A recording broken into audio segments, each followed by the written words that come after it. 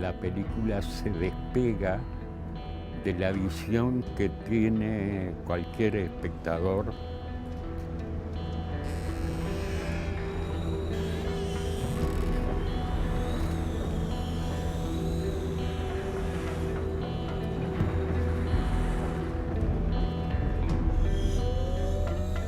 Me hace pensar que hay que seguir trabajando en acuerdos generales en el sentido de un humanismo penitenciario.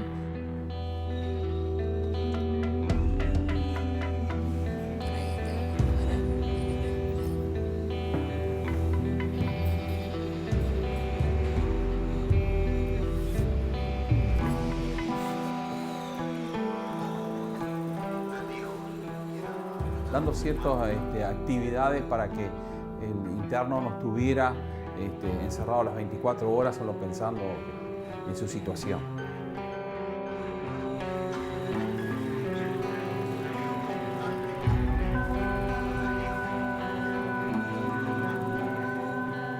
El 1 de marzo de 2005, el entonces presidente de la República, Tabaré Vázquez, declaró la situación de emergencia carcelaria. A partir del hecho, en la cárcel de Canelones, comenzó a gestarse un programa de rehabilitación, impulsado por los reclusos.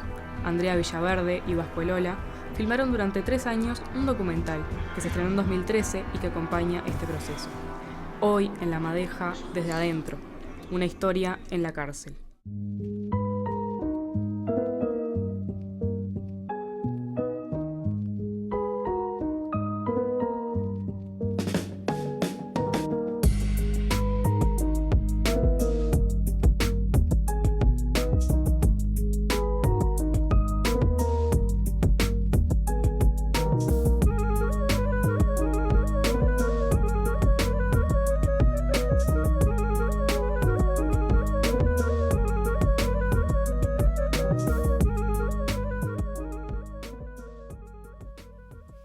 Bienvenidos a este episodio de La Madeja.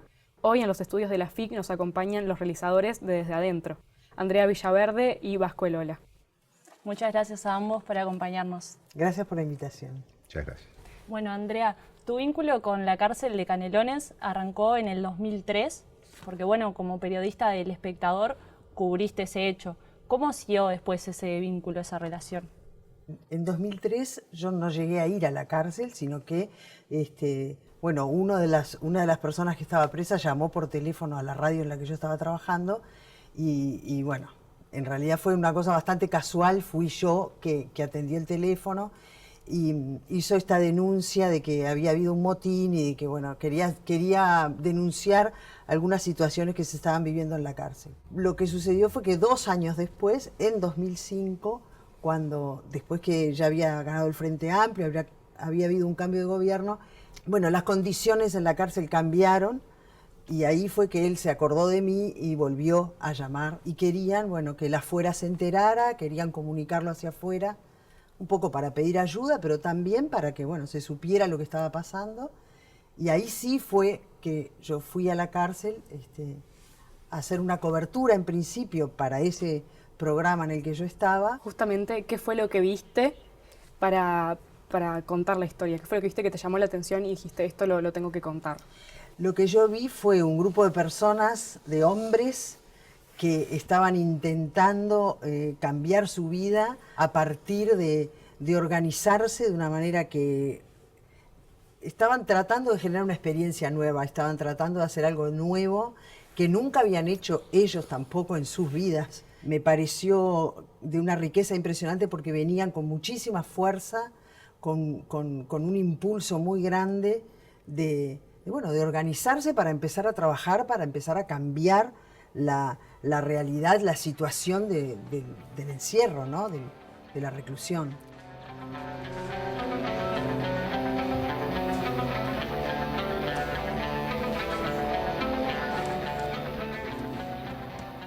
Vasco, tú te uniste luego al proyecto, ¿no? Cuando ella ya planteó, bueno, vamos a hacer un documental. ¿Con qué desafíos creativos te encontraste a la hora de generar este documental, teniendo en cuenta que venís del área de la publicidad? Bueno, en realidad venir del área de la publicidad puede ser una desventaja importante porque vas a estar haciendo un documental Yo lo tomé como una ventaja, no quería hacer lo que estaba haciendo todos los días. Y para eso siempre es bueno conocer las reglas para decir no las voy a estar siguiendo. Puede suceder lo contrario, gente que nunca trabajó en publicidad y está haciendo documentales y de repente ves que hacen un planito que dices, ay, le gustó hacer este plano porque está muy influenciado por el mainstream de ese momento. Pero en realidad mi problema era, que ya lo hablamos pila de veces con Andrea y con todo el equipo, era no tenemos guión, no hay, es imposible pensar en un guión. Como esa discusión que siempre se da con los documentales, bueno, ¿cómo escribís un guión? En este caso no sabíamos ni siquiera quiénes eran los personajes.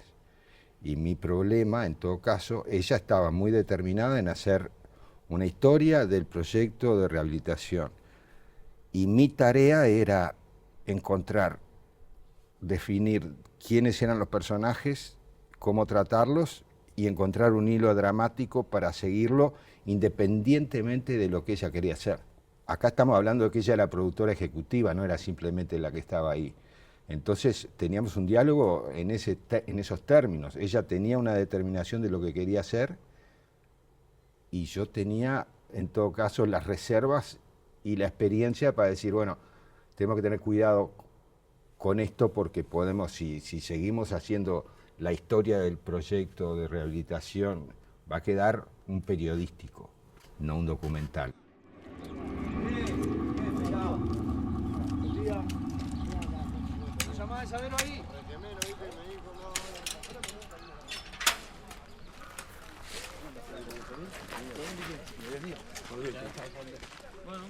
¿Qué razones los llevaron a elegir a Catuca y Medina, los protagonistas de esta historia, como las historias centrales Desde Adentro? En realidad lo que pasa es que Catuca y Medina de alguna manera eran los líderes del proyecto. Catuca es una persona con un histrionismo muy importante, con una llegada a toda la cárcel, digamos, a todas las personas que estaban privadas de libertad en ese momento, y Medina aportaba, digamos, una cosa como más intelectual o más preparada, pero ellos eran los dos líderes, ellos estaban liderando el proyecto. Es Catuca el que se comunica conmigo, el que me llama para que yo vaya. Entonces ahí ya había dos personas que de algún modo, la suerte que corrieran ellos, de alguna manera te dabas cuenta rápidamente de que era la suerte del proyecto, era la suerte de ellos, ¿no? De todas maneras eso no estaba claro al inicio, o sea, yo elegí no tenerlo claro porque si por más que eran los líderes podían ser un coprotagónico o un secundario y nosotros seguir a otros que dieran más resultado en términos dramáticos, digamos. Claro, después empezaron a aparecer, esos otros que aparecen en la película, que filmamos mucha más gente, filmamos muchas más historias que quedaron por fuera, ¿no?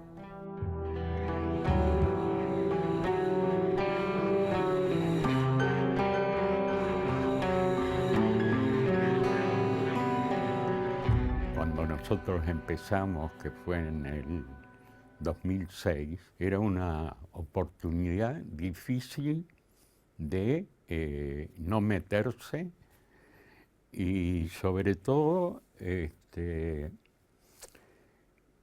planificamos, me parece bien, cómo íbamos a enfrentar este desafío.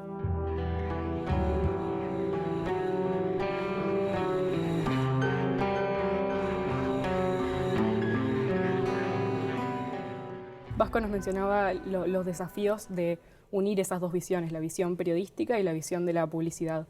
¿Cómo fue ponerse de acuerdo? Sí, en realidad, discutimos muchísimo. En realidad estuvimos, durante todo el proceso discutimos mucho. Pero sí hubo una cosa que nos propusimos desde el principio, porque éramos un equipo de 4, porque Kiko, no solo Mario que era el productor, sino Kiko que era el otro que cubría todo el resto de las áreas, también participaba de la conversación, íbamos los 4 juntos, regresábamos los 4 juntos, estábamos toda la experiencia juntos, Y para que no se existiera lo que yo siempre le llamé las charlas de pasillo, que son horribles para la producción, que 2 o 3 personas que están encargadas hablan en el corredor o en la cafetería o donde sea, y todo el resto queda por fuera y quedan cosas instaladas que después no sabes bien quién las está manejando. Y además, por salud mental y de la pareja, el 70% de lo que hablábamos de la película era vía mail. Porque no sé si los espectadores saben, pero ellos son Sí. pareja.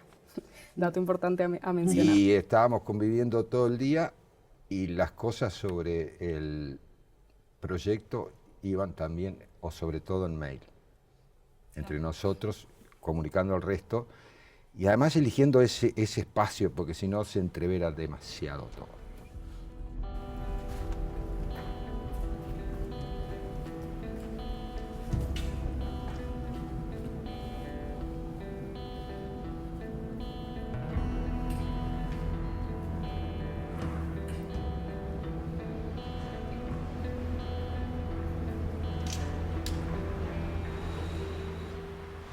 La película se despega de la visión que tiene cualquier espectador que ve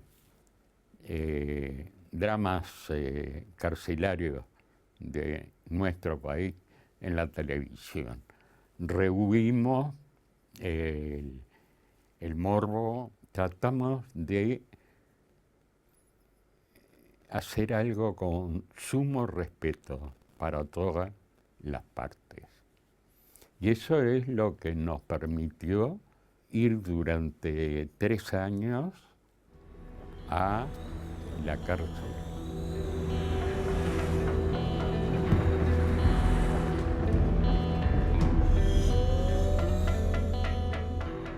En el documental ustedes no nombran los delitos por los que están privados de libertad los reclusos. ¿Por qué se toma esta decisión? ¿Sentían de alguna manera que los podían estigmatizar si se contaba ese detalle? Absolutamente. Fue una decisión tomada desde un principio, porque además también desde el punto de vista, eso fue una decisión desde el punto de vista periodístico, digamos, evitar el prejuicio de decir, bueno, este es y el delito, ¿no? Yo tenía la intención de relacionarme con el hombre, la persona que estuviera enfrente mío y no con el prejuicio del delito que hubiera cometido. Así que en realidad algunos contaron por qué estaban, otros nunca supimos. Bien. ¿Y qué otros cuidados tuvieron en torno a qué información revelar o manejar en el documental? Bueno, de todos, lo que se te ocurra, pero bueno, eso te puede decir mejor Andrea. Yo también intervenía todo el tiempo en las preguntas, pero tratábamos de no llegar a lugares donde también terceros estuvieran involucrados.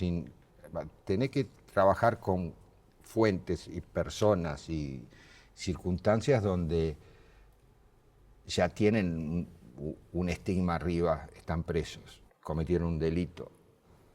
Tus personajes no tienen la credibilidad que pueda tener cualquier otro personaje que puedas tomar ahí. Entonces tenés que cuidar mucho, además de que no tenés ninguna forma muy cierta de refrendar o documentar lo que te están diciendo.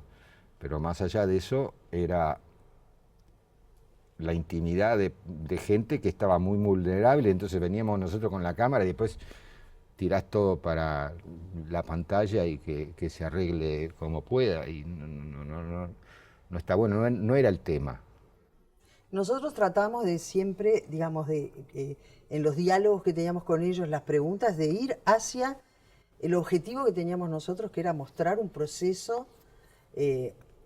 Por algo nos planteamos, digamos, hacer un seguimiento, o sea, fue un rodaje que duró, bueno, estuvimos 3 años metidos adentro de la cárcel, porque la intención era documentar un proceso. Entonces, cada vez que los planteos o la conversación se iba de tema, yo trataba de volver siempre a cuál era nuestro objetivo, pero incluso con ellos, porque en realidad, de alguna manera, ellos también formaban parte del proyecto, en el sentido de decir, bueno, somos un equipo que estamos documentando un proceso, y las partes, digamos, los temas personales quedaban afuera. No solo los personales, es abrumador la cantidad de frentes que se te abren cuando haces algo así. Claro. La situación en la cárcel, la relación con la policía, los delitos que cometieron, el afuera, la familia, o sea, y empezás a realmente hacer, teníamos 18 temas. Claro, podríamos haber hecho otra cantidad de películas, incluso con las mismas, casi que con el mismo material o un poquito distinto, capaz que podríamos haber hecho otra película. Y nuestra misión, así como estábamos enfocados, en decir, no, pará, estos son los 3 temas, no nos metamos en ningún otro porque no vamos a tener la capacidad para mostrarlo y además no teníamos la forma de documentarlo. Che, Catuca, ¿Qué? el cambio de Del Puerto, el director, ¿cómo lo ves? Del Puerto era un caballero el tipo. El tipo, a pesar que era un policía, era un caballero y sabía manejar la cárcel. Él sabía las necesidades de los presos y él trataba de estar tranquilo él, que estén tranquilos los policías y que esté tranquilo el preso. No estoy de acuerdo. Sea lo que sea, que no estudien, que no reviman. Son horas que están los gurises ahí que están con la cabeza en otro lado. No estoy de acuerdo con esas cosas. ¿Y quién la sacó? ¿El directo? Sí. ¿El directo? Yo estuve del periodo del 2003 al 2007. Y bueno, nosotros ahí lo que hubo fue un tema de modificación del sistema carcelario en la ley del 2x1, la redención de trabajo por estudio. Y bueno, en realidad no se experimentó un cambio así profundo en el sistema carcelario, ¿no? No lo experimentamos a eso. Más o menos seguimos trabajando como veníamos y eso sí, fuimos cada vez acrecentando todo lo que eran los trabajos de rehabilitación, dando, por ejemplo, generando una quinta, una carpintería, dando ciertas actividades para que el interno no estuviera encerrado las 24 horas solo pensando en su situación.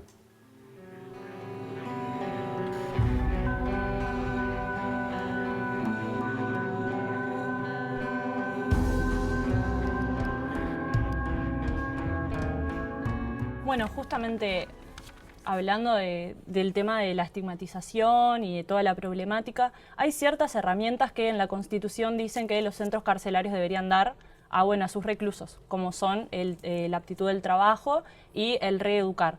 ¿Ustedes qué piensan, qué rol creen que cumplió las iniciativas de rehabilitación por parte de los reclusos en la cárcel de Canelones? Yo creo, capaz que me equivoco, pero yo pienso que esa experiencia entre los años 2005 y 2009 que se desarrolló en la cárcel de Canelones o fue un antecedente relevante para lo que sucedió después, o por lo menos para lo que sucedió después en los papeles. Una vez que se crea el Instituto Nacional de Rehabilitación, hay que pensar que en esa época no había Instituto Nacional de Rehabilitación, había una Dirección Nacional de Cárceles que dependía directamente, o sea, era una dirección dentro del Ministerio del Interior. No tenía ningún tipo de independencia institucional. Por lo tanto, lo que sucedía dentro de cada establecimiento carcelario dependía muchísimo de la impronta que tuviera el director que estuviera en ese momento. Entonces, en 2005 se dio una conjunción en la cárcel de Canelones en la que, estaban estas personas privadas de libertad que tomaron una iniciativa, pero había también un director que había reprimido un motín muy fuerte en el año 2003 y que había empezado a darse cuenta de que había que hacer otra cosa. Y como la declaración de la emergencia carcelaria en marzo del 2005 habilitó la posibilidad de organizar estas cuestiones, de que los reclusos pudieran empezar a trabajar, a estudiar y qué sé yo, se dieron esas dos cosas y a mí me parece que fue un antecedente muy importante.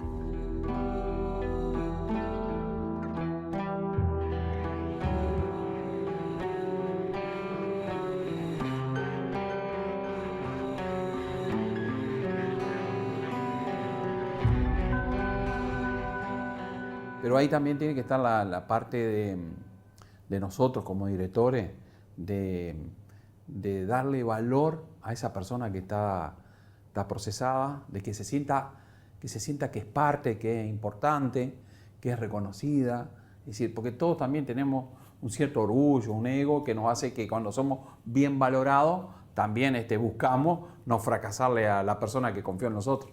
Y lo que saco de eso es que la colaboración que tuvieron toda la población y mismo los policías que trabajaron, que cooperaban en la seguridad con el proyecto.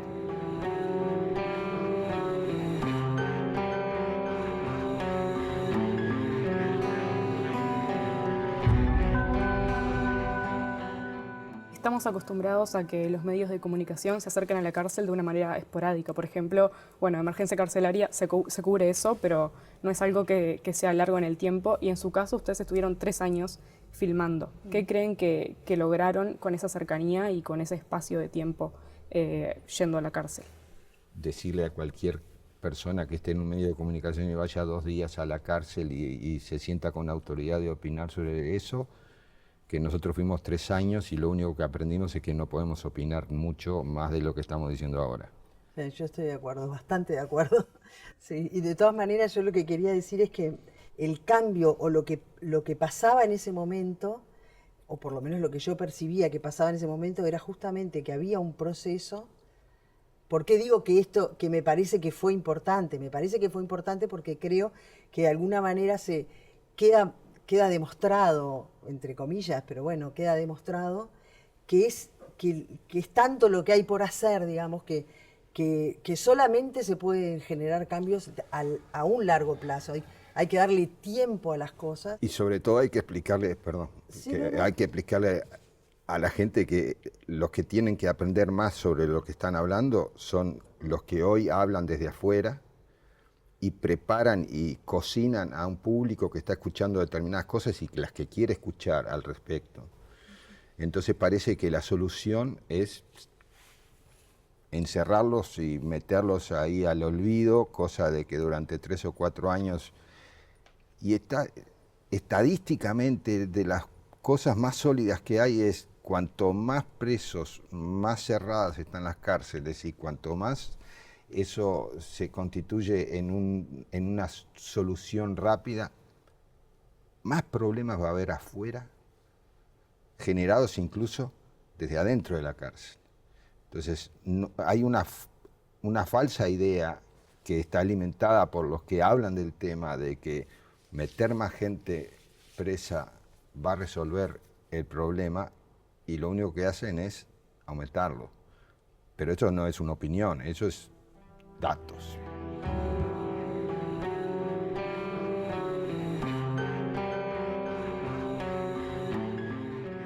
Justo con todo esto que están hablando, les digo, ¿no? Han pasado más de 10 años desde que se estrenó Desde Adentro, entonces, ¿piensan que sigue reflejando la realidad de los centros carcelarios respecto a todo esto que veníamos hablando? No, claramente, o sea, lo que se ve en la película no lo refleja, partiendo de la base ya de que el hacinamiento es muchísimo mayor ahora, hay mucha más gente privada de libertad, por lo tanto las condiciones son notoriamente peores, se sabe además por los informes que hay anualmente. Pienso también que de alguna manera lo que sigue vigente son algunas de las cosas que ellos transmiten en la película, ¿no? Pienso que un poco atando con lo que decía el Vasco, que uno no lo piensa, a mí fue una de las cosas que más me marcó durante ese tiempo, y es pensar lo que es estar privado de libertad, o sea, estar en un lugar donde todos los días son iguales, donde estás obligado a estar 24 horas al día con gente que no elegiste, en condiciones de las que ninguno puede salir.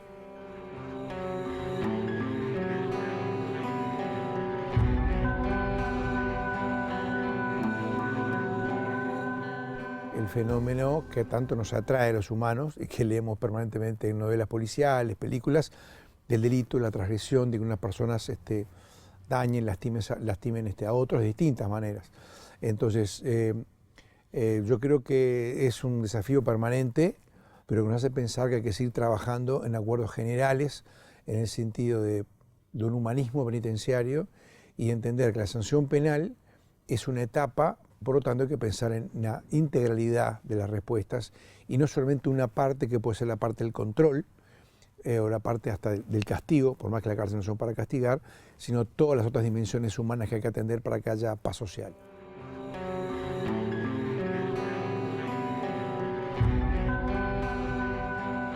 Estamos llegando al final del programa y para cerrar me gustaría preguntarles qué representó desde adentro, tanto a nivel profesional como a nivel personal para ustedes. A mí me cambió la forma de ver el mundo. Me di cuenta de la brecha cultural enorme que hay en una sociedad tan chica como la nuestra, en un país tan chico como no puedo ni imaginar lo que es en un país más grande, pero en el Uruguay, que somos 3,5 millones, que siempre estamos hablando de que somos poquitos, de que nos conocemos y qué sé yo. Bueno, hay una distancia cultural enorme y a mí fue lo que más de alguna manera fue el aprendizaje mayor que yo saqué de la película, de la experiencia, perdón. Y la otra cosa, independientemente que estoy de acuerdo con todo lo que dice ella, también te da la idea de que mira que a vos también te puede tocar. Porque tiene que ver con también lo de categorización de los delitos. Vos decís, un homicida, ¿en qué circunstancias? ¿Cuáles eran las condiciones? ¿Por qué ese tipo hizo lo que hizo? Cada historia es diferente, cada universo es único, entonces nos puede tocar. No hay un ellos y un nosotros, digamos. Cuando uno intenta hacer esa división, de alguna manera también la hace para poder seguir caminando, para seguir adelante, porque si uno está todo el tiempo pensando en esto, es difícil. Bueno, llegamos al final de este episodio de La Madeja. Les invitamos a que puedan visualizar el documental y a discutir de estos temas que tan importantes son. Muchas gracias Vasco y Andrea por habernos acompañado en los estudios de la FIC y por haber compartido con nosotros y con los espectadores su experiencia. Muchísimas gracias a ustedes. Gracias a ustedes.